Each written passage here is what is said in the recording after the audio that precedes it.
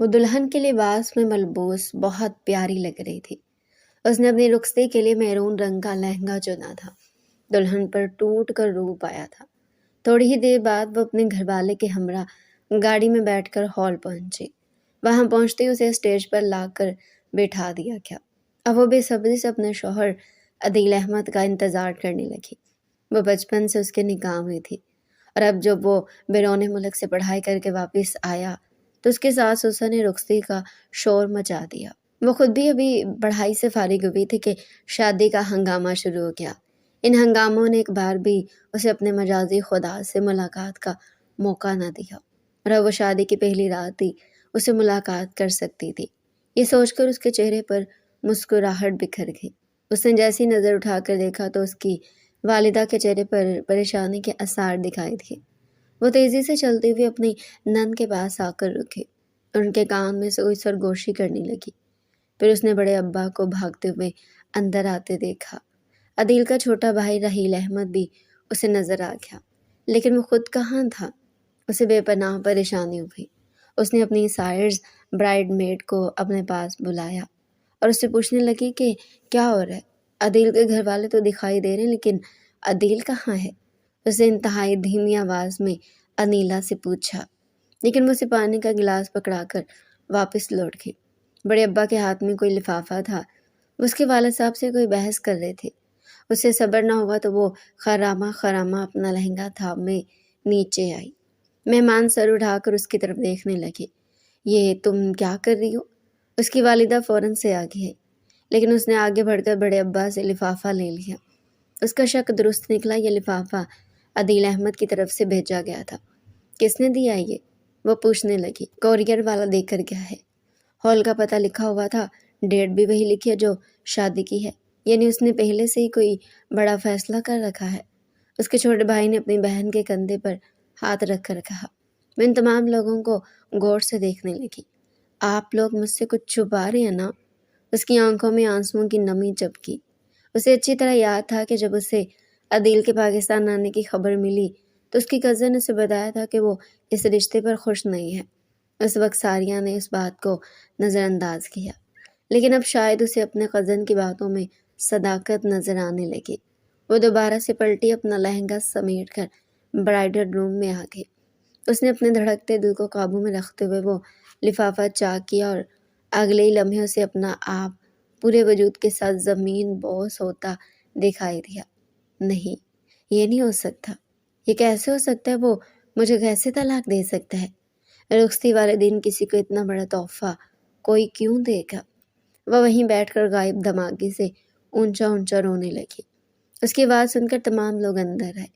اس کے چھوٹے بھائی نے لفافہ اٹھا کر دیکھا اور اگلے ہی لمحے وہ بھی اپنی جگہ منجمد ہو گیا۔ بہت خوب سلا دیا ہے عدیل بھائی نے میری بہن کو، اسے بسنے سے پہلے ہی اجاڑ دیا۔ میں اسے کبھی معاف نہیں کروں گا۔ اس نے آگے بڑھ کر اپنی جان سے پیاری بہن کو گلے سے لگایا، اس کے کندھے پر سر رکھ کر رونے لگی۔ میرا کیا قصور تھا؟ اس نے میرے ساتھ ایسا کیوں کیا؟ اب کیا ہو گیا؟ میں تو بدنام ہو جاؤں گی۔ لوگ مجھ پر تھو تھو کریں گے کہ یہ کیسی دلہن ہے جس کے شوہر نے اسے رخصتی والے دن ہی طلاق دی تھی۔ آنسوؤں کی لڑی موتی کی مانند اس کی آنکھوں سے گر رہی تھی۔ اس کا پورا وجود زلزلوں کی زد میں تھا۔ تم کیوں رو رہی ہو؟ تم اس حال میں پہنچانے والے روئیں گے۔ رو مت میری بچی، چپ ہو جاؤ۔ اس کی امی نے کمال صبر کا مظاہرہ کرتے ہوئے اسے گلے سے لگا لیا۔ نسیمہ پر ہم مہمانوں کو کیا جواب دیں گے؟ سب کی نظریں ہم پر لگی ہوئی ہیں۔ پہلے وہ لوگ سمجھ چکے ہیں کہ کچھ گڑبڑ ہوئی ہے۔ اس کی پھپھو نے کہا تو وہ رونا بھول کر انہیں دیکھنے لگی۔ اسی دوران کمرے کا دروازہ کھلا اور اس کی ساس کلثوم بیگم اندر داخل ہوئی۔ کیا ہوا ہے؟ آپ لوگ یہاں کیوں جمع ہیں؟ باہر تمام مہمان آپ کا پوچھ رہے ہیں۔ عدیل راستے میں ہی آتا ہی ہوگا۔ وہ اس بات سے بے خبر ان لوگوں کو خوشگوار لہجے میں بتانے لگی، لیکن اگلے ہی لمحے ان لوگوں کی اتری ہوئی شکلیں دیکھ کر وہ حیرانی سے دیکھنے لگی۔ کوئی بات ہوئی ہے کیا؟ طبیعت ٹھیک نہیں ہے تمہاری ساریہ؟ کیا ہوا ہے بیٹا تمہیں؟ وہ فوراً سے جھک کر اس کے پاس بیٹھ گئی۔ ساریہ کے بھائی خرم نے طنزیہ نگاہوں سے کلثوم بیگم کی طرف دیکھا۔ تائی جان، مجھے نہیں پتا آپ کو معلوم ہے یا نہیں، یا آپ انجان بندی ہیں، لیکن آپ کے شہزادے عدیل نہیں آنے والے۔ بلکہ انہوں نے طلاق نامہ بھیج دیا ہے۔ ایک دم سے زمین پر رکھا لفافہ اٹھا کر کلثوم بیگم کے حوالے کیا تو اس کی آنکھیں پھٹی کی پھٹی رہ گئی۔ کیا بول رہے ہو خنم؟ کچھ بھی بولتے رہتے ہو۔ شادی والے دن اپنی بہن کے لیے کوئی ایسا مذاق کرتا ہے کیا؟ انہوں نے اسے ہنستے ہوئے ڈانٹا، اور اگلے ہی لمحے جیسے ان کی نظر کاغذات پر پڑی تو وہ وہی زمین پر بیٹھ گئی۔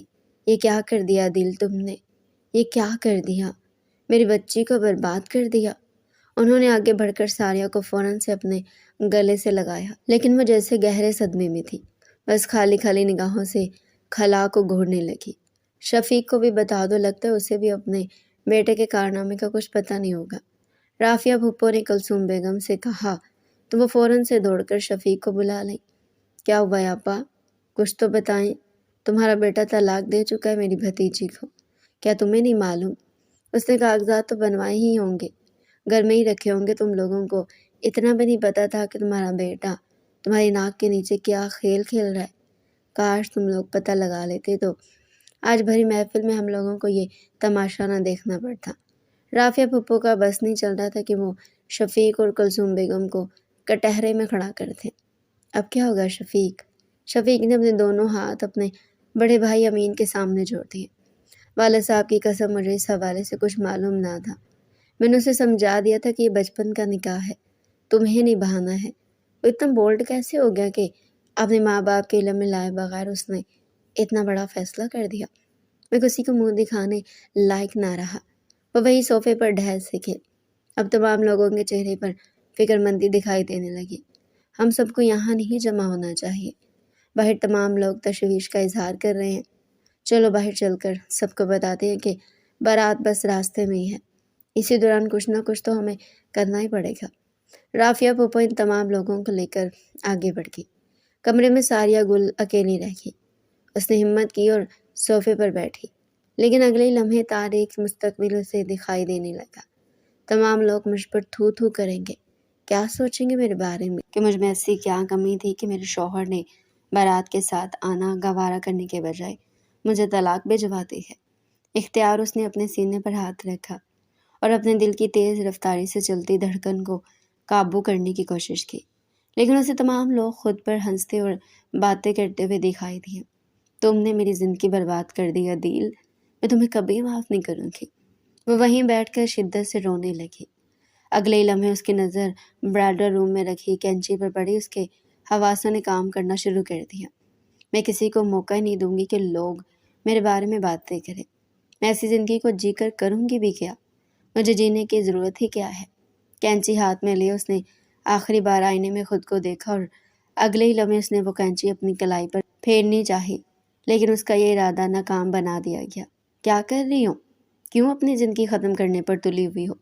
اس کی والدہ وہاں موقع پر پہنچ گئی اور ان کے گلے لگ کر بے تحاشا رو پڑی۔ تو کیا کروں ایسی زندگی جی کر ساری عمر اس کے نام پر بیٹھی رہی، اور اب جب اسے مجھے اپنانے کا وقت آیا تو اس نے مجھے طلاق دے دی۔ میں یہ زخم برداشت ہی نہیں کر پا رہی ہوں۔ یہ صدمہ میرے لیے بہت بڑا ہے۔ ساریہ گل کی آنکھوں سے نکلتے ہیں آنسو اس کے پورے وجود کو بھگو رہے تھے۔ دوپٹہ اتر کر اس کے پیروں میں رل رہا تھا، بال بکھر کر کھل چکے تھے۔ تمہارے ماں باپ ابھی زندہ ہیں، تمہارے بارے میں سوچنے کے لیے بیٹھے ہیں۔ انہوں نے اسے اپنے پاس بٹھایا، اسے پانی پلایا اور محبت سے اس کے ماتھے پر بوسہ دیا۔ تم نے ایسا کوئی کام نہیں کیا جس کی وجہ سے تمہیں اپنی زندگی ختم کرنی پڑے۔ عدیل نے بے حسی کا مظاہرہ کیا ہے، لیکن اس کا یہ مطلب نہیں کہ ہم اس کی اس بے حسی پر ہمت ہار جائیں گے۔ اس کی والدہ نے اسے حوصلہ دیا، پھر اگلے ہی لمحے اس کی طرف دیکھا۔ ہم تمام لوگوں نے تمہارے لیے فیصلہ لیا، تمہیں اس فیصلے کو قبول کرنا ہوگا۔ اس کی والدہ نے ٹھہر ٹھہر کر اسے ذہنی طور پر تیار کیا۔ کیسا فیصلہ اماں؟ اس کی آواز انتہائی دھیمی تھی، وہ رو رو کر تھک چکی تھی۔ ہم تمہاری شادی کر رہے ہیں۔ اس کے سر پر دھماکہ ہوا، لیکن کس کے ساتھ؟ وہ ایک دم سے جیسے کھڑی ہوگی۔ مجھے کسی سے شادی نہیں کرنی ہے، میری زندگی ہے، کوئی مذاق تو نہیں۔ وہ بے بسی سے اپنی والدہ کی طرف دیکھنے لگی۔ مہمانوں کو کانوں کان خبر نہیں ہوئی ہے کہ ہوا کیا ہے۔ ایسے وقت میں ہمارے پاس صرف یہی چاہ رہے ہیں کہ ورنہ ہماری بدنامی ہونے سے کوئی نہیں روک سکتا۔ اب سب کچھ تمہارے ہاتھ میں ہے بیٹا۔ اس کی والدہ نے اپنے دونوں ہاتھ جوڑ کر روتے ہوئے اس سے التجا کی۔ آپ میری شادی کس سے کریں گے؟ وہ بے جان سی صوفے پر دوبارہ بیٹھ گئی اور تھوڑی دیر بعد اس نے اپنی والدہ سے پوچھا۔ آنکھوں میں گہرا صدمہ چھایا ہوا تھا۔ شفیق بھائی اور کلثوم بھابھی نے اپنے چھوٹے بیٹے کے لیے تمہارا نام لیا ہے۔ یہ سنتے ہی وہ اپنی جگہ پر اچھل پڑی اور پھٹی پھٹی نگاہوں سے اپنی والدہ کی طرف دیکھا۔ یہ کیسے ہو سکتا ہے؟ یہ ناممکن ہے، وہ مجھ سے چھوٹا ہے۔ وہ رونے لگی۔ اب یہ تمام چیزیں سوچنے کا بالکل بھی وقت نہیں ہے، تم ریلیکس ہو جاؤ، ہم سب سنبھال رہے ہیں نا، بس تم ہاں کر دو۔ انیلا آ رہی ہے، تمہارا حلیہ ٹھیک کر دے گی۔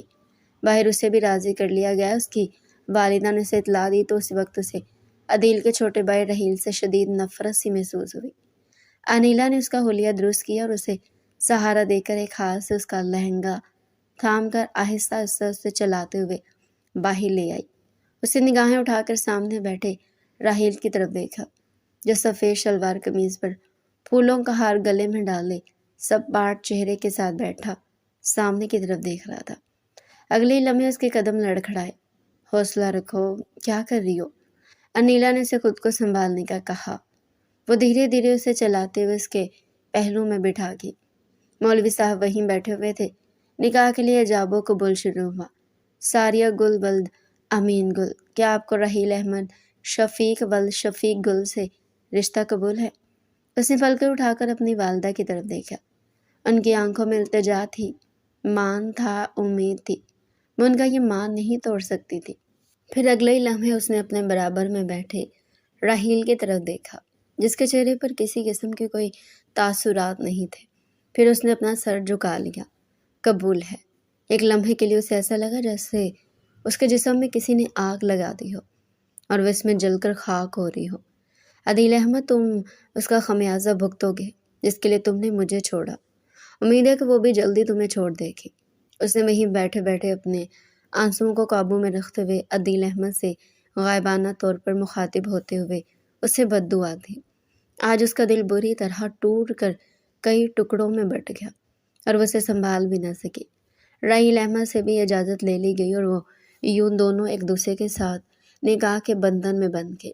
وہ وہیں جا رہی تھی جہاں کے وہ اکثر خواب دیکھا کرتی تھی، لیکن اس بار وہ عدیل کے سنگ بیاہ کر جانے کے بجائے راحیل احمد کی دلہن بن کر شفیق ولا میں قدم رکھ رہی تھی۔ تم ٹھیک ہو نا بیٹا؟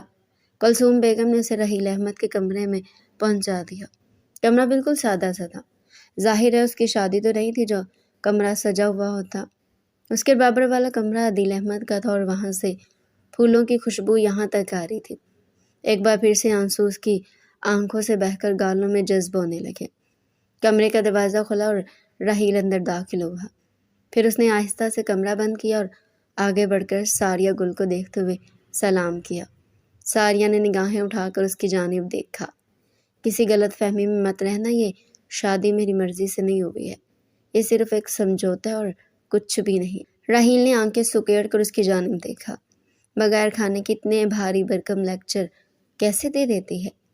اس نے اپنے سر پر ہاتھ مارتے ہوئے اس کی طرف دیکھا اور صوفے پر بیٹھ کر جھومنے لگا۔ قسم سے عدیل بھائی نے جو کچھ کیا ان کی وجہ سے میں کھانا بھی نہ کھا سکا، ورنہ میں شادی کا کھانا کبھی مس نہیں کرتا ہوں۔ مجھے کیا پتا تھا کہ یہ میری ہی شادی کا کھانا بن جائے گا۔ اسے دیکھ کر ہاتھ پر ہاتھ مار کر ہنستے ہوئے بولا، لیکن اگلے ہی لمحے ساریہ کی سنجیدگی دیکھ کر اسے چپ ہونا پڑا۔ آپ کو کچھ چاہیے؟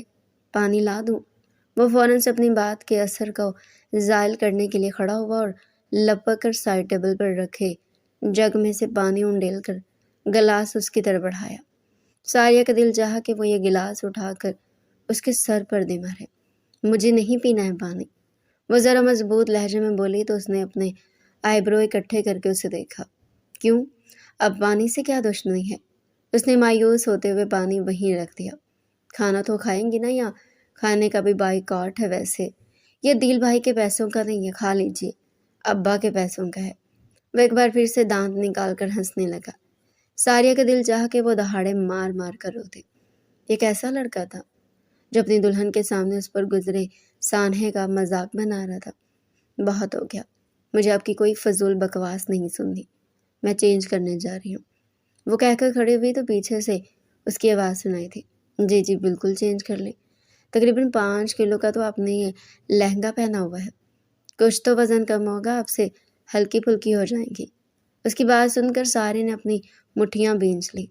یہ لڑکا کبھی نہیں سدھر سکتا، اس نے سوچا اور الماری سے اپنے کپڑے نکال کر واش روم میں گھس گئی۔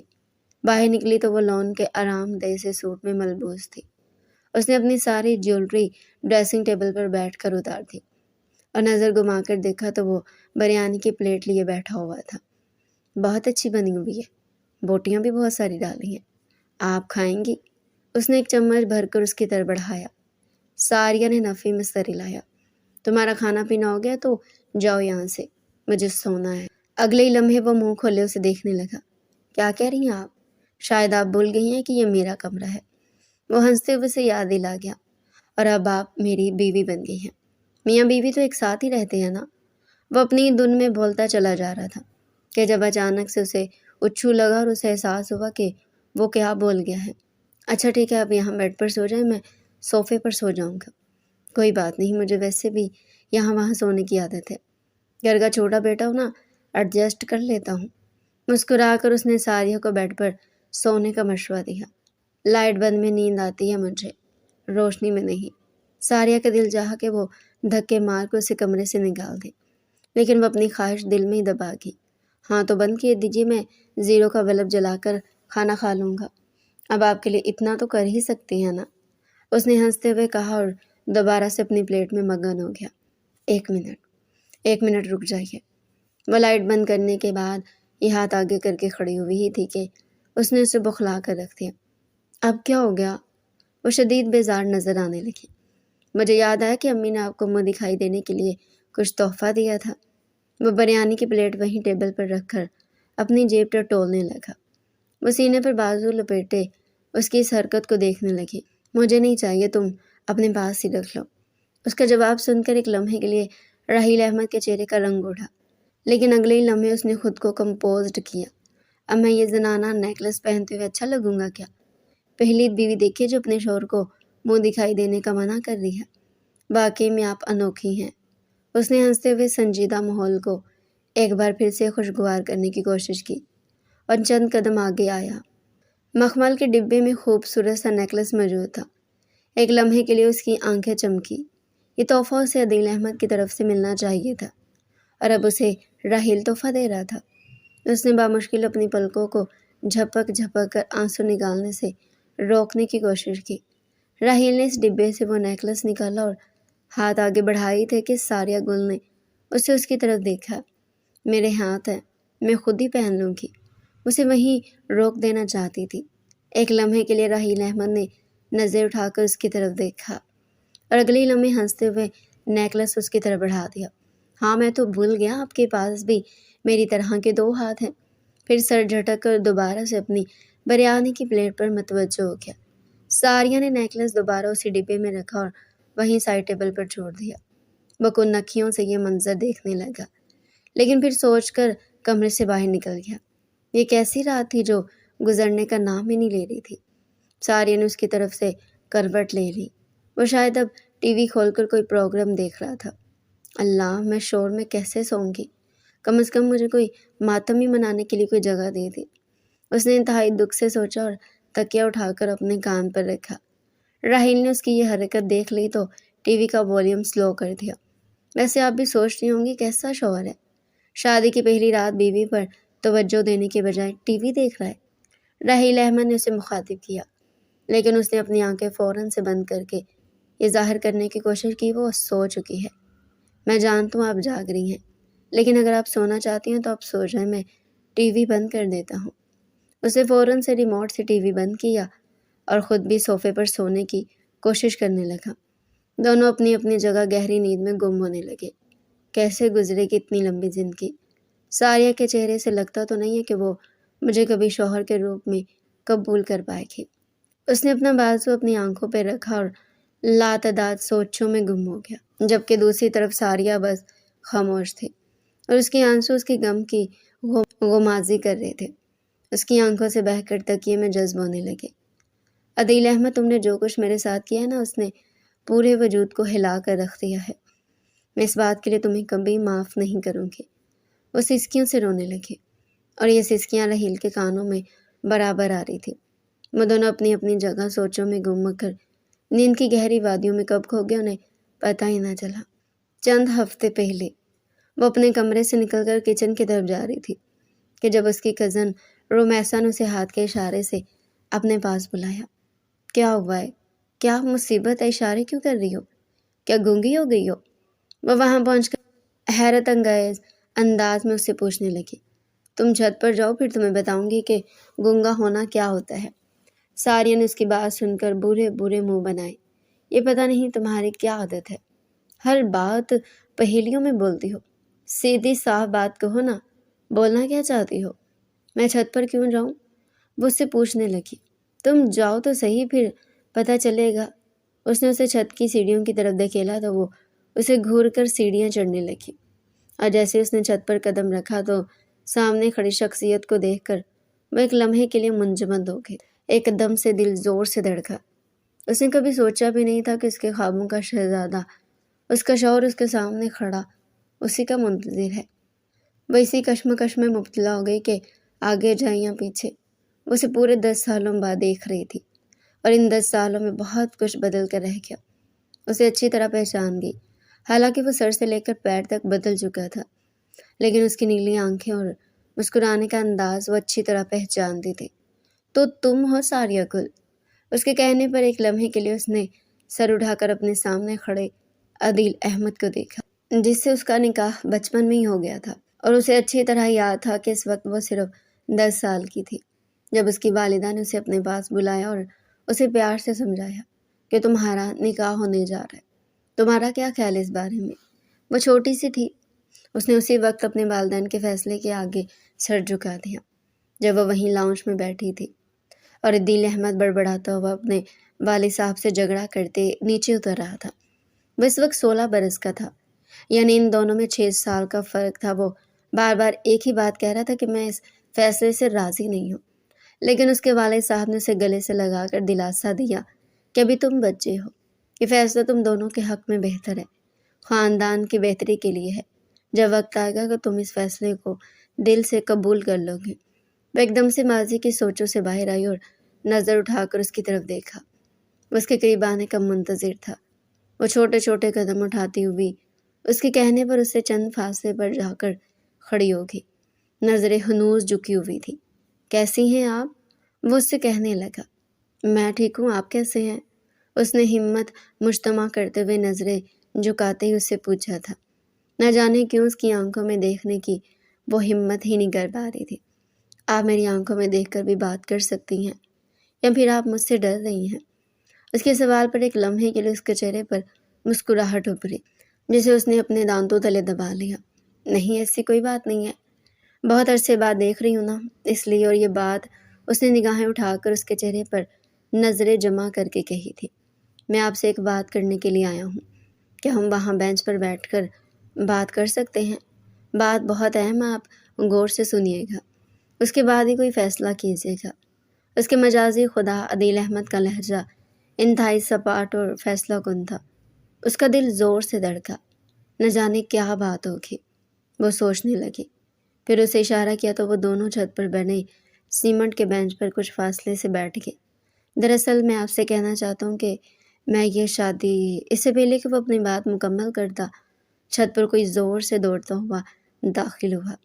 ان دونوں نے نگاہیں اٹھا کر دیکھا تو یہ خرم تھا، جو ساریہ گل کا بھائی تھا۔ ان دونوں کو وہاں بیٹھ کر اس نے ایک دم سے سیٹی بجائی اور قریب آ کر ساریہ سے کہا، واہ بھائی واہ، اکیلے اکیلے ملاقاتیں ہو رہی ہیں۔ اس کی بات پر ساریہ کا دل چاہا کہ وہ اس کا منہ توڑ دے۔ تو کیا شور سے ملاقات میں پورے محلے کو دعوت دے دوں؟ اس نے دل ہی دل میں سوچا۔ اس وقت اسے خرم کا وہاں آنا بالکل بھی نہ بایا۔ امی جان تمہیں پورے گھر میں ڈھونڈ رہی اور تم یہاں اپنے شوہر سے گپے لگا رہی ہو۔ جاؤ نیچے جا کر جواب دو۔ ساریہ نے اگلے لمحے اپنے شوہر عدیل احمد کی طرف دیکھا، جو بالکل غیر آرام دہ سا دکھائی دینے لگا۔ میں جاؤں؟ اسے اجازت لینے لگی۔ ماں صدقے، ابھی سے تم اتنی فرما برداری کر رہی ہو۔ اتنی فرما برداری بھی اچھی نہیں ہوتی، پھر ایسے شوہر سر پر چڑھتے ہیں۔ خرم اپنی ہی دھن میں بولے جا رہا تھا کہ عدیل احمد ان دونوں کے جانے سے پہلے اٹھ کھڑا ہوا۔ میں چلتا ہوں، اور خرم سے ملے بغیر ہی تیزی سے سیڑھیاں اتر کر نیچے غائب ہو گیا۔ اس سے کیا ہو گیا؟ نہ سلام نہ دعا، بس بیرون ملک کیا چلے جاتے ہیں لوگ تو دماغ آسمان پر رکھ لیتے ہیں۔ دیکھ لینا تمہارے شوہر کا مزاج، اگر یوں ہی رہا تو اچھا نہیں ہوگا۔ خرم کو بہت ہی زیادہ برا محسوس ہوا۔ اس کا یہ نظر انداز کرنا اسے بالکل بھی نہ بھایا۔ اچھا نا، اب تو میرے شوہر کے خلاف محاذ کھول کر نہ کھڑے ہو جانا۔ جو بھی ہے میرا شوہر ہے، جیسا بھی ہے میرا ہے، میں اس کے خلاف ابھی کوئی لفظ نہیں سنوں گی۔ اس نے شرارت سے آنکھ دباتے ہوئے اپنے چھوٹے خرم کا کان مروڑا۔ اور وہ مجھے کوئی بات بتانے والا تھا؟ تم بیچ میں کباب کی ہڈی بن کر آ گئے۔ اگر چند منٹوں کے لیے ہمیں اکیلا چھوڑ دیتے تو میں اس کی بات سن لیتی۔ نہ جانے کیا بات ہوگی۔ ساریہ کو اس کی بات یاد آئی تو وہ اداس ہونے لگی۔ اب یہاں کھڑے کیا ہو؟ چلو میرے ساتھ نیچے۔ میرے رنگ میں بھنگ تو ڈال دیا، شوہر سے ملاقات بھی نہ کرنے دی اور ڈنگ سے بات بھی نہ کرنے دی۔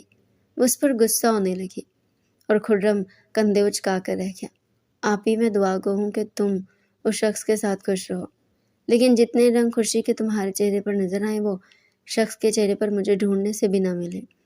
وہ وہیں کھڑے کھڑے خود سے مخاطب ہو کر غائبانہ طور پر اپنی آپی کو کہنے لگا اور پھر خود بھی چھوٹے چھوٹے قدم اٹھاتا ہوا نیچے کمرے میں غائب ہو گیا۔ ساریہ بات سنو میری۔ رومیسا نے رات کو اپنے کمرے میں جانے سے پہلے اسے اپنے پاس بلایا۔ ہاں بولو۔ بہت تھک گئی ہوں یار، امی ابو نے دعوت کر دی اور پھر وہ کھانا کھانے بنا ہی چلے گئے۔ مجھے تھوڑا تھوڑا دکھ ہو رہا ہے، اس میں دکھ کی کیا بات ہے؟ وہ جاتے جاتے اپنا نمبر مجھے دے گئے ہیں، کہنے لگے ساریہ کہیں نظر نہیں آ رہی، اسے یہ نمبر دے دینا، کہنا رات کو کال آئے گی۔ میری پوری بات سن لی اور وہ یہ سنتے ہی ساریہ کے چہرے پر پریشانی چھا گئی۔ اس نے چاہا کہ وہ رومیسا سے یہ بات شیئر کرے، لیکن پھر کچھ سوچ کر اس نے نمبر اس کے ہاتھ سے لے لیا۔ کمرے میں آتے اس نے فون ملایا۔ دل زور زور سے دھڑکنے لگا۔ حالانکہ وہ روبرو ملاقات کر چکی تھی، لیکن وہ ملاقات کچھ خاص خوشگوار نہ تھی۔ اس کے دل پر کوئی انتہائی پیارا سا احساس چھوڑ جائے۔ بیل جاتی رہی، پھر تھوڑی دیر میں ہی بھاری گمگیر آواز اسپیکر سے ابھری تو ساریہ نے بے اختیار اپنے سینے پر ہاتھ رکھا۔ جی، آپ مجھ سے کوئی بات کرنا چاہتے تھے؟ وہ خرم آ گیا تو ہماری بات ادھوری ہی رہ گئی۔ اس نے تمہید باندھی تو اسے ایک گہری سانس بھرتے ہوئے محسوس ہوا۔ جی، میں آپ سے یہ کہنا چاہتا تھا کہ میں آپ سے ملنا چاہتا ہوں۔ دراصل جو بات ہے وہ میں روبرو کرنا چاہتا ہوں۔ یہ سنتے ہی سارے کے چہرے پر حیا کی لالیں بکھر گئی۔ آپ مجھے فون پر ہی بتا دیں گے؟ گھر والوں کی موجودگی میں آپ سے مل نہیں سکتی، ملنے نہیں آ سکتی۔ اس کی بات سنتے ہی عدیل احمد نے اپنے کان سے فون اٹھا کر اچنبے سے اس لڑکی کو دیکھا جس کی بیوی ہونے کے باوجود یہ کہہ رہی تھی ٹھیک ہے تو پھر آپ فون پر ہی سن لیجیے۔ میں کہنا چاہتا تھا کہ اچانک سے کمرے کا دروازہ کھلا اور اس کی والدہ کمرے میں داخل ہوئی۔ یہی وہ لمحہ تھا جب اس کے ہاتھ سے فون چھوٹ کر گر گیا۔ وہ سائڈ ٹیبل کے پاس کھڑی تھی اور وہاں پانی کا جگ رکھا ہوا تھا۔ فون ڈائریکٹ اس کے ہاتھ سے چھوٹ کر پانی میں گر گیا۔ اسے زوروں کا رونا سا ہوا۔ بیٹا تم رو کیوں رہی ہو؟ اس کی والدہ نے آگے بڑھ کر اس سے پوچھا۔ امی، عدیل کا فون تھا، 2 بار وہ مجھے کچھ کہنا چاہتے تھے کہ کوئی ضروری بات ہے۔ ایک بار وہاں چھت پر خرم آ کر ابھی میں بات کر رہی تھی کہ میرا فون ہی پانی میں گر گیا۔ اس کی والدہ نے آگے بڑھ کر اسے گلے سے لگایا۔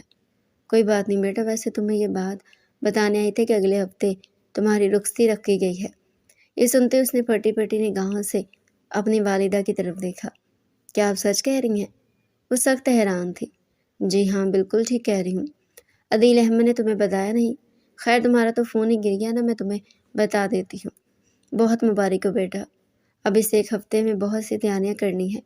تمہارے تایا جان نے تو کل بالکل سادگی سے کرنے کا کہا ہے، پر کچھ نہ کچھ تو اہتمام کرنا ہوگا نا۔ اس کی والدہ اور بھی بہت کچھ کہتی رہی، لیکن ساریہ گل کا دماغ اسی بات میں اٹک گیا۔ اب نہ تو اسے عدیل کا نمبر یاد تھا اور کسی اور سے نمبر دوبارہ سے لیتے ہوئے اسے شرم سے محسوس ہوئی، اس لیے وہ بات وہیں رہ گئی۔ دراصل قدرت کو ساریہ گل کو اس درد سے گزارنا تھا جو عدیل احمد نے رخصتی کے وقت اسے دیا۔ بارات کے ساتھ خود آنے کے بجائے طلاق نامہ بھجوا دیا۔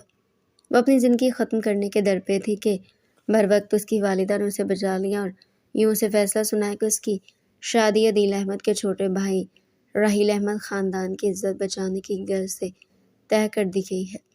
وہ بے انتہا مجبور ہو کر یہ شادی کر تو چکی تھی، لیکن اس کا دل و دماغ اس نئے رشتے کو قبول کرنے سے بالکل انکاری تھا۔ راحیل احمد سے شادی کے دوسرے دن وہ سو کر اٹھی تو وہ اسے مسکراتا ہوا وہیں اس کے سرہانے کھڑا دکھائی دیا۔ ایک جھٹکے سے وہ اٹھ بیٹھی۔ آپ یہاں کیا کر رہے ہیں؟ اس کے سوال پر راحیل احمد کی آنکھیں ابل پڑی۔ یہ کیسا عجیب سوال ہے؟ یہ میرا کمرہ ہے، ظاہر ہے یہاں پر ہی نظر آؤں گا نا آپ کو۔ اس کے سوال پر وہ ہنستے ہوئے سے وضاحت کرنے لگا۔ اگلے ہی لمحے سارے کو اپنا آپ awkward سا محسوس ہوا۔ کتنا بج گئی ہے؟ اتنی دیر ہو گئی آپ نے مجھے اٹھایا ہی نہیں۔ اس پر دوبارہ سے غصہ کرنے کا بہانہ ڈھونڈنے لگی۔ راحیل احمد نے مسکرا کر اس کی طرف دیکھا۔ میں نے سوچا شیرنی سو رہی ہے نا تو جگانا مناسب نہیں ہے۔ اس نے شرارت سے اپنی زبان دانتوں تلے دبائی اور ناشتے کی ٹرے کی طرف اشارہ کیا۔ میں نے ناشتہ کر لیا ہے، آپ بھی کر لیجئے گا۔ وہ دوبارہ سے صوفے پر بیٹھ گیا اور لیپ ٹاپ چلانے لگا۔ یہاں ناشتہ کیوں کرنا ہے؟ باہر تائی جان کیا سمجھیں گی؟ وہ اس سے پوچھنے لگے۔ باہر مت کرنا، یہیں کر لینا، فائدے میں رہو گی۔ وہ دوبارہ سے اسے سمجھانے لگا۔ یہ آپ کی اپنی منطق ہوگی، اپنی منطق اپنے پاس رکھے۔ میں نے آپ سے مشورہ نہیں مانگا ہے۔ آپ جانتے ہیں اور میں بھی جانتی ہوں کہ یہ شادی کن حالات میں ہوئی ہے، چنانچہ اگر ہم دونوں ایک دوسرے کو سپیس دیں تو بہتر رہے گا۔ اگلے لمحے اس نے اپنے چہرے پر پانی کے چھینٹے مارے اور اپنا حلیہ درست کر کے رات کو پہنا ہوا سوٹ تبدیل کیا۔ باہر کی جانب جانے لگی تو اس کے مجازی خدا راحیل احمد نے اسے روک لیا۔ ایک بار پھر سوچ لیں، باہر مت جائیں۔ کچھ سوچ کر ہی آپ کو کہہ رہا ہوں نا، میری بات پر عمل کرنے میں کوئی مذائقہ نہیں ہے۔ وہ آگے بڑھ کر اسے روکنے لگا۔ ساریہ گل کا دماغ بھگ سے اڑا اور وہ اس کا ہاتھ سائڈ پر کرتے ہوئی کمرے سے نکل گئی۔ جیسے اس نے ڈائننگ روم میں قدم رکھا، اگلے ہی لمحے وہ برف کی بنگی وہاں سامنے عدیل احمد بیٹھا تھا۔ اسے دیکھ کر مسکرایا۔ کیسی ہو تم؟ بہت مبارک ہو تمہیں پھر، کہتے ساتھ اس کا تعارف اپنے برابر میں بیٹھی ایک خوبصورت سی لڑکی سے کروایا۔ Meat my wife Dania. اور دانیہ تم اسے تو اچھی طرح جانتی ہو نا، یو نو میری ایکس وائف۔ آخری جملہ اس نے قدرے سرگوشی میں دانیہ کے کان کے قریب جھک کر کہا۔ ساریہ گل کا دل چاہا کہ زمین پھٹے اور وہ اس میں سما جائے۔ اسے بے اختیار راحیل کی بات یاد آئی۔ آپ نہ جائیں تو بہتر ہوگا۔ ایک بار پھر سوچ لیں، اور کاش مان ہی لیتی تو آج اسے اپنی خوشیوں کے قاتل سے ملاقات کا شرف حاصل نہ ہوتا۔ وہ چند قدم پیچھے ہٹی، اس کی آنکھوں میں آنسوؤں کی نمی جھمکی۔ عدیل احمد غور سے اسے دیکھنے لگا۔ اس سے پہلے کہ وہ پلٹ کر روتے ہوئے اپنے کمرے کی طرف جاتی، اس کا کندھا کسی کے چوڑے شانے سے ٹکرایا۔ اسے مڑ کر دیکھا تو راحیل احمد وہاں کھڑا مسکرا رہا تھا۔ She is my wife mister Raheel Ahmed. Khan مسکرا کر اس نے آگے بڑھ کر ساریہ گل کے دونوں کندھوں پر ہاتھ رکھ کر ان دونوں سے کہا تو وہ دونوں حیرت سے ایک دوسرے کی طرف دیکھنے لگے۔ چلے ساریہ، ہم کمرے میں ناشتہ کر لیتے ہیں۔ پھر اس کا ہاتھ پکڑ کر اسے کمرے میں لے آیا۔ دروازہ بند کیا تو ساریہ کے ضبط کا بندھن ٹوٹ گیا۔ وہ وہیں زمین پر بیٹھ کر زاروں کی تار رونے لگی۔ مجھے افسوس ہوتا ہے کہ ساریہ تم جیسی مضبوط لڑکی عدیل احمد جیسے شخص کے لیے اپنے آنسو بہا رہی ہے۔ تمہیں تو شکر کرنا چاہیے کہ وہ تمہیں چھوڑ چکا ہے، اور کم از کم منافقت نہیں کی۔ تم سے سیدھے صاف الفاظ میں کہہ دیا کہ تم سے محبت نہیں کرتا تو زندگی بھی نہیں گزارے گا۔ ایسے شخص کے لیے اپنے آنسو کیوں ضائع کر رہی ہو؟ وہ وہاں گھٹنوں کے بل بیٹھ کر اس کے آنسو پوچھنے کے لیے ہاتھ آگے بڑھانے لگا، لیکن اگلے ہی لمحے ٹھہر گیا۔ ساریہ نے اپنا چہرہ پیچھے کر لیا۔ مجھے اکیلا چھوڑ دیجیے، اس نے اپنے دونوں ہاتھ جوڑ کر راحیل احمد سے کہا تو ایک لمحے کے لیے اسے بہت برا محسوس ہوا۔ ٹھیک ہے، جیسے آپ کی مرضی۔ پھر اپنا لیپ ٹاپ اٹھا کر وہ کمرے سے نکل گیا۔ ساریہ نے آگے بڑھ کر کنڈی لگائی اور وہیں دروازے سے ٹیک لگا کر آنسو بہانے لگی۔ میں تمہیں اپنے دل سے تو نکال چکی، لیکن آج تم میری نظروں سے اتنا گر چکے ہوگے، میں تم سے باقاعدہ طور پر نفرت محسوس کر رہی ہوں، اس نے چیخ چیخ کر عدیل احمد سے غائبانہ طور پر کہا۔ اپنی زندگی کا کیسا ستم تھا کہ وہ اس کے سامنے ہو کر بھی اس کا نہ تھا، اور وہ اس کے پاس ہو کر بھی اس کے دل میں حکمرانی نہ کر سکے۔ کاش ماں بابا آج بچپن سے یہ فیصلہ سوچ سمجھ کر کرتے تو جو سال میں نے عدیل احمد کے انتظار میں، اس کی یاد میں، اس کی محبت میں گزارے، وہ یوں رائگاں نہ جاتے۔ اسے اپنا آپ خالی خالی سا محسوس ہونے لگا۔ کافی دیر تک وہیں بیٹھی رہی۔ کمرے کا دروازہ کچھ دیر بعد بجا تو اس نے اپنی آنکھوں سے آنسو صاف کر کے فوراً سے دروازہ کھولا۔ سامنے راحیل کھڑا تھا۔ میں اندر آ جاؤں؟ کافی دیر ہو گئی، کمرے سے در بدر ہوں۔ وہ وہیں کمرے سے باہر کھڑا ہو کر اب بھی اسے اجازت لے رہا تھا۔ اس نے کچھ بھی نہ کہا، بس جگہ چھوڑ دی۔ وہ اندر داخل، اب ٹھیک ہیں آپ؟ اس نے اس کے کندھے پر ہاتھ رکھ کر پوچھنا چاہا تو ساریہ نے ایک دم سے اس کا ہاتھ جھٹک دیا۔ مجھے امی کے گھر جانا ہے، اگلا حکم صادر کیا۔ ٹھیک ہے، لے جاتے ہیں، تیار ہونا ہے کہ ایسے چلنا ہے؟ وہ گاڑی کی چابی اٹھا کر جانے لگا، لیکن پھر اگلے لمحے اس نے ساریہ کی طرف دیکھا۔ کیا آپ میرے ساتھ رکشے میں بیٹھنا پسند کریں گے؟ کیونکہ میرے پاس گاڑی نہیں ہے اور باہر کھڑی گاڑی عدیل صاحب کی ہے۔ آپ اس میں تو سوار نہیں ہوں گے، اس لیے پوچھ رہا ہوں۔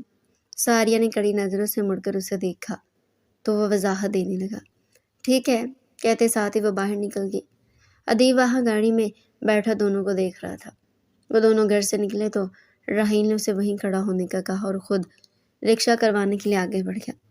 عدیل گاڑی سے اترا اور چند قدم چلتا ہوا اس کے پاس آیا۔ میں مانتا ہوں کہ میں نے تمہارے ساتھ غلط کیا، تمہیں اتنے سال اپنے نکاح میں رکھا اور پھر تمہیں عین بارات والے دن طلاق بھیج دی، لیکن تم نے کیا کیا اپنی زندگی کے ساتھ؟ تم نے میرے چھوٹے بھائی سے شادی کر لی۔ دراصل اس بات کے پیچھے تمہارا کیا مقصد تھا؟ کیا تم میری نظروں میں رہنا چاہتی ہو یا پھر تم نے مجھ سے بدلے کے لیے شادی کی ہے؟ عدیل احمد کے الفاظ تھے یا زہر میں بھجے ہوئے کہ جو سیدھا ساریہ گل کے دل میں اتر گئے۔ اور صرف ساریہ نہیں بلکہ راحیل نے بھی اس کا یہ حرف زہر میں بھجا سنا تھا۔ اس کے ماتھے پر بل پڑے اور وہ چند قدم آگے آئے۔ مسٹر عدیل احمد، یہ میری زندگی ہے اور اس کا میں جو چاہے فیصلہ کروں۔ آپ کو کوئی حق نہیں پہنچتا کہ آپ میری زندگی کے بارے میں سوال کریں۔ جہاں تک شادی کا تعلق ہے تو جب آپ سے ٹوٹ گئی ہوں تو پھر میں جس سے چاہے شادی کروں۔ آپ کو کوئی فکر نہیں ہونی چاہیے۔ آپ اپنے راستے، میں اپنے راستے۔ آئندہ مجھ سے یہ سوال کرنے کی ضرورت بھی محسوس مت کیجیے گا کہ آپ میرے کچھ بھی نہیں لگتے۔ جس کے سامنے میں جواب دہ ہوں، اس نے انگلی اٹھا کر اسے سخت لہجے میں جواب دیا۔ راحیل نے مسکرا کر ساریہ کی طرف دیکھا۔ چلے، ہمیں دیر ہو رہی ہے۔ ساریہ نے اس کی نظروں کا مفہوم سمجھ کر اس کا بڑا ہوا ہاتھ اپنے ہاتھ میں تھام دیا اور وہ دونوں مسکراتے ہوئے ایک دوسرے کی طرف دیکھ کر آہستہ آہستہ قدم اٹھاتے ہوئے رکشے میں بیٹھ گئے۔ عدیل احمد کی نظروں نے دور تک ان کا پیچھا کیا۔ دراصل میں چاہتا ہوں کہ ہم دونوں ایک ہیپی کپل کی طرح پریٹینڈ کریں تاکہ کوئی بھی منہ اٹھا کر آپ کو اور مجھے باتیں نہ سنا سکے۔ اس نے گلا کھنکار کر ساریہ کو اپنی جانب متوجہ کیا، جو رکشے سے باہر نظر آنے والے مناظر پر اپنی پوری توجہ کیے ہوئے تھی۔ اس کی بات پر چونک کر اسے دیکھا۔ مجھے ایسی کوئی ضرورت نہیں ہے، کوئی میرے بارے میں جو بھی سوچے وہ سوچ لے، مجھے اب کسی کی کوئی فکر نہیں۔ تھوڑی ہی دیر بعد اس کا مائکا آیا تو وہ اتر کر اندر چلے گئی۔ پلٹ کر راحیل احمد سے یہ تک نہ پوچھا کہ وہ اندر آ رہا ہے یا واپس جا رہا ہے۔ راحیل احمد نے اگلے ہی لمحے رکشے والے کو آگے بڑھنے کا کہا اور یوں وہ تیزی سے وہاں سے نکل گیا۔ وہ اپنی ماں کی گود میں سر رکھے لیٹی ہوئی تھی کہ جب اس کا موبائل بجا۔ رات کے 10 بج رہے تو اس نے نمبر دیکھ کر فون کر دیا۔ ہو نہ ہو یہ راحیل ہی تھا۔ کیا ہوا بیٹا، فون اٹھاؤ نا، تمہارے شوہر کا فون ہے، کاٹ کیوں رہی ہو؟ اپنی ماں کی بات سن کر ایک لمحے کے لیے اس کے چہرے پر ناگواری ابھری اور دوسرے لمحے اس نے فون اٹھایا۔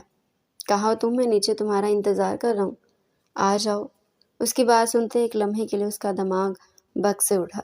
آپ ہوتے کون ہیں مجھے لینے کے لیے آنے والے؟ میرا گھر ہے، آپ کو کس نے یہ حق دیا کہ آپ مجھے ایک ہی دن میں لینے آ جائیں؟ اس کی بات سن کر راحیل کو شوق سا لگا، لیکن پھر اگلے لمحے اس نے اپنے لہجے کی ٹون مسکراتے ہوئے رکھی۔ آپ کی اطلاع کے لیے عرض ہے کہ میں آپ کا شوہر نامدار ہوتا ہوں۔ شاید آپ بھول گئی ہیں۔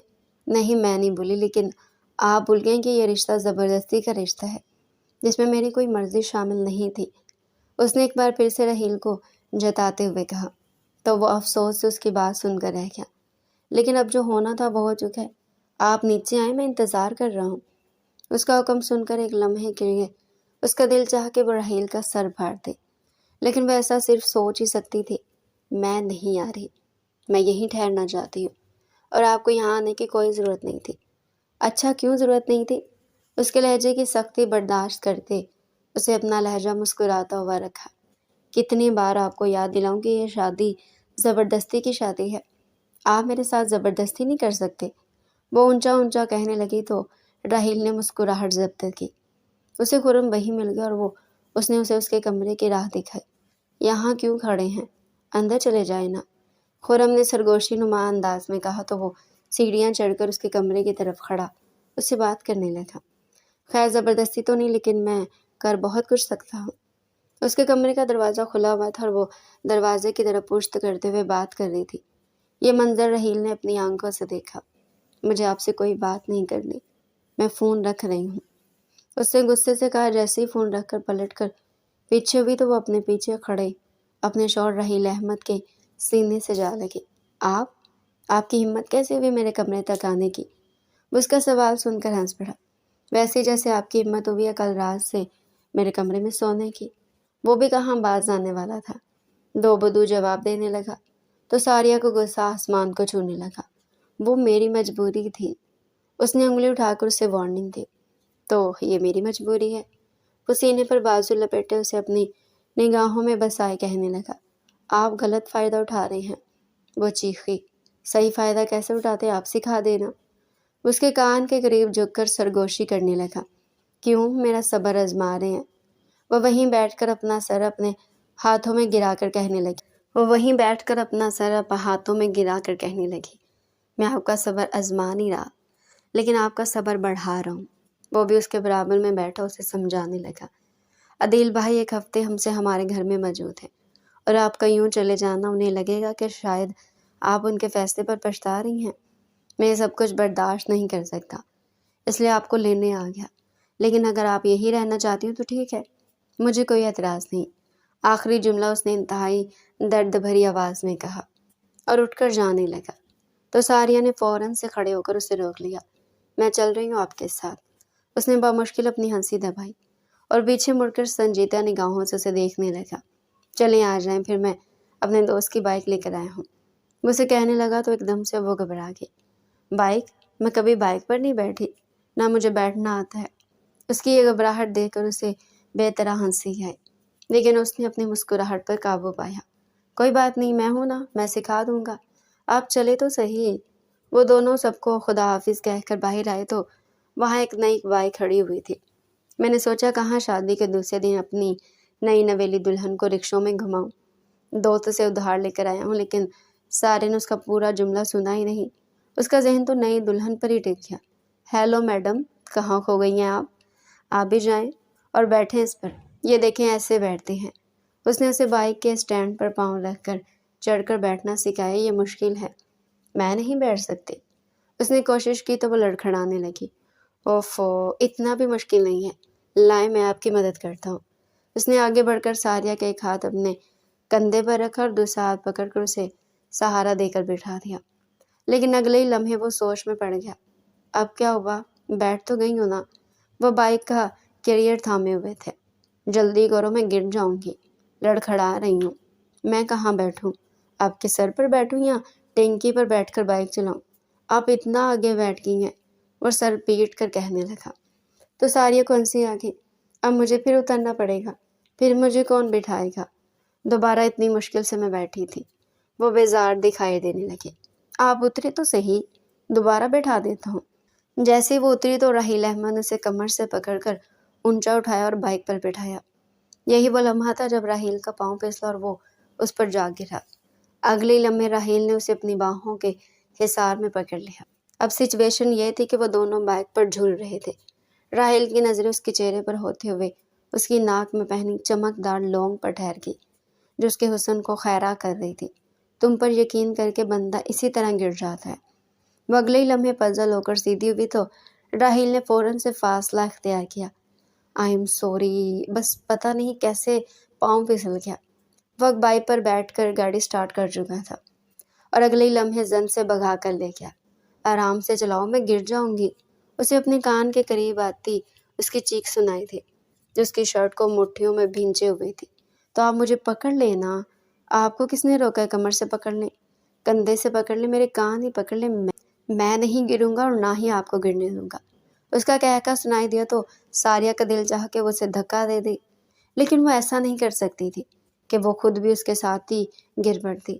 طوفان کی طرح بائک ہوا سے باتیں کرتے ہوئے گھر پر پہنچی تو وہ اتر کر گہرے گہرے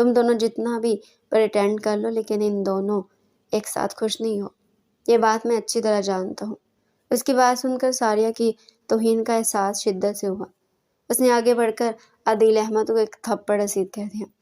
تمہاری نظر میں کوئی کھلونا ہوں جسے جب چاہے تم اپنا لو اور جب چاہے چھوڑ دو؟ جب تک بات راحیل کی ہے میں اسے کبھی نہیں چھوڑ سکتی، وہ تم سے لاکھ درجے بہتر ہے۔ اس نے مجھے ایک بار بھی تم سے محبت کا طعنہ نہیں دیا، بلکہ تم سے محبت تو میرے لیے گالی بن کر رہ گئی ہے، اس سے زیادہ اور کچھ نہیں۔ اور ہاں، آئندہ کبھی اپنی گندی زبان سے میرا نام لے کر مجھ پر نظر رکھنے کی کوشش کی تو مجھ سے برا کوئی نہیں ہوگا۔